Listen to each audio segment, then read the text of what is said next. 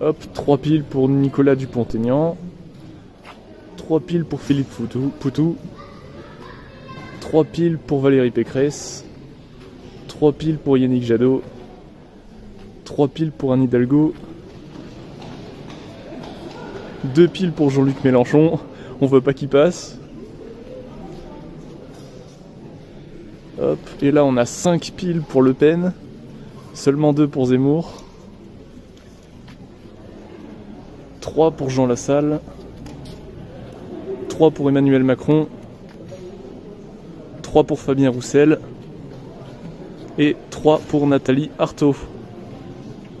Bien, je vais commenter, on est devant une tentative flagrante de manipulation d'élection. En effet, par le nombre de piles qui sont disponibles pour chaque candidat, on induit en toi une fausse probabilité de chance pour chaque candidat. On essaie d'orienter ton vote. Par exemple, si tu souhaites voter pour Zemmour, tu vas te dire qu'il n'a que 2 bulletins, alors que Marine Le Pen en a 5. Et que donc ils ont prévu plus de bulletins pour Marine Le Pen, parce que plus de gens vont voter pour Marine Le Pen. Et donc ça conduit un vote utilitaire pour Marine Le Pen, en déplaçant ton vote de Zemmour vers Marine Le Pen. C'est extrêmement pervers. Notez que l'oligarchie ne souhaite pas voir arriver Mélenchon au pouvoir, puisque Jean-Luc n'a également que 2 piles. On va me dire oui, c'est normal, ils mettent un nombre de piles pour chaque candidat en fonction des sondages, ça sert à rien d'imprimer des piles de papier qui ne seront pas utilisées. Oui mais non, mais en fait c'est une manipulation des élections. C'est un moyen de manipuler ton avis, de te manipuler pour que tu fasses un vote plutôt qu'un autre. D'autre part, si ça collait vraiment au sondage, d'autres candidats ne devraient avoir que 2 piles, voire une. Or, on voit que certains candidats qui sont sous Jean-Luc Mélenchon et sous Zemmour dans les sondages ont tout de même 3 piles. Je pense notamment à Yannick Jadot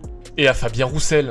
Ils sont bas dans les sondages et pourtant ils ont 3 piles. Et par contre il n'y a que 2 piles pour Zemmour et Mélenchon. Et putain bordel, il y en a 5 pour Marine Le Pen. Mais c'est vraiment du foutage de gueule. Pour moi ça ressemble vraiment à une tentative désespérée pour obtenir un résultat des élections différent de ce qui est prévu, différent de ce que les gens allaient voter. On peut supposer que nous allions avoir en fait Zemmour et Mélenchon au second tour. Bref, tout ceci relève encore une fois que les élections sont une vaste escroquerie, et si cette technique de manipulation marche effectivement sur les moutons, en ce qui me concerne, je ne suis pas dupe.